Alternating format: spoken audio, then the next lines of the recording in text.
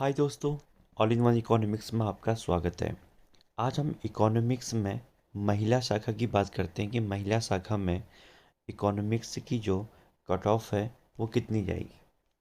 ठीक है, तो इकोनॉमिक्स में जो महिला शाखा की कट ऑफ जाएगी उसका निर्धारण हम करते हैं। देखो, जो टोटल सीट है इकोनॉमिक्स में वो है आपकी 5। वो है आपकी 5 सीटें। और इन 5 सीटों में 3 है जर्नल की, एक है एससी की और है एक ओबीसी की।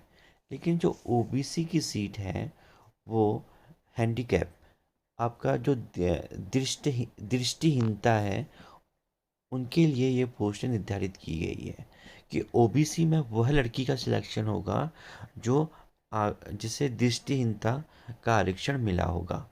तो अब हम शायद हो सकता है कि ऐसा कोई ना हो या होगा भी, तो सिर्फ क्वालिफाई नंबर आने से उसका सिलेक्शन हो जाएगा।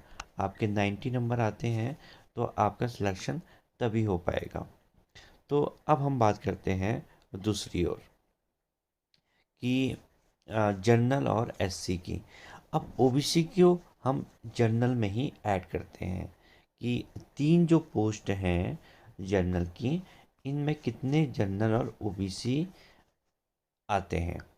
तो इसका निर्धारण हम देखते हैं कि किस प्रकार से हमें देखने को मिलता है। जो आंकड़े मेरे पास आए हुए हैं उन आंकड़ों में आपसे मैं बात करना चाहता हूँ। मेरे पास जो आंकड़े प्रस्तुत हुए हैं उसमें आप देखिए, जनरल की 132, 128, 124, 3 पोस्ट के लिए 3 लोगों के नंबर इस प्रकार से हैं।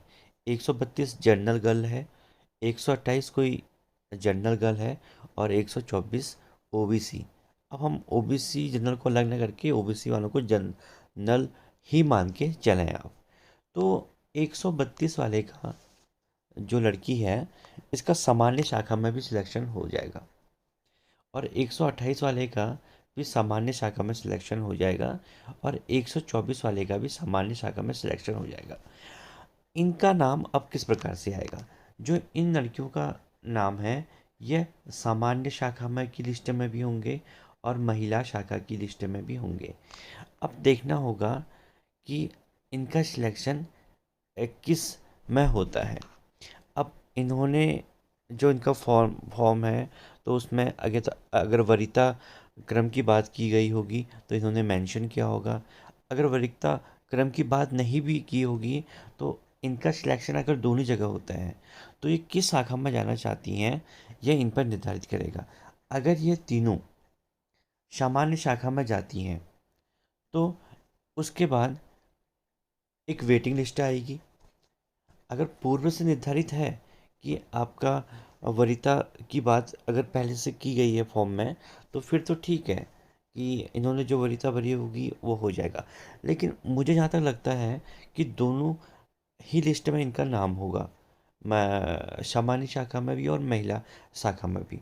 अगर ये सामान्य शाखा में जाती हैं तो जब वेटिंग आएगी तो वेटिंग में इन 3 का सिलेक्शन हो सकता है, जिसमें 115, 112, 110 इन लड़कियों का सिलेक्शन होगा।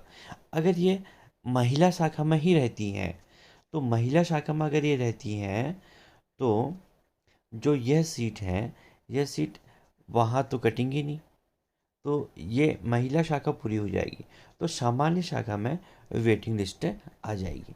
तो अब निर्धारित करता है कि जो ये 3 लड़कियां हैं ये किस ओर जाती हैं। तो कट ऑफ का निर्धारण मैं न करके आप लोगों को समझा रहा हूँ कि प्रक्रिया किस प्रकार से होगी।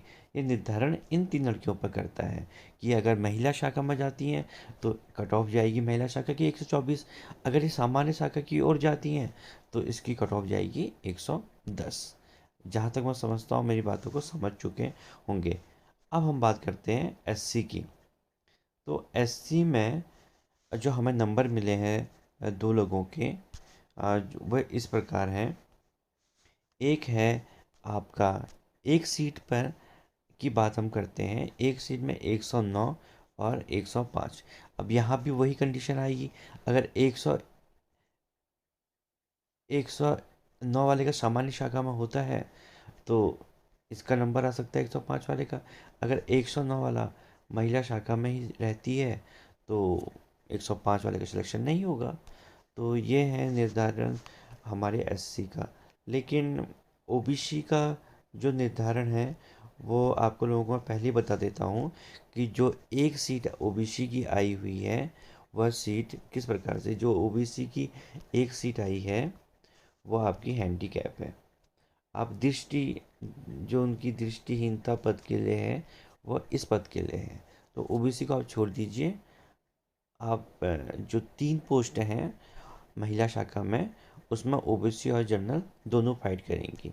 अब देखना होगा कि किस प्रकार से हमें देखने को मिलता है कि कितने नंबर, कितनी कट ऑफ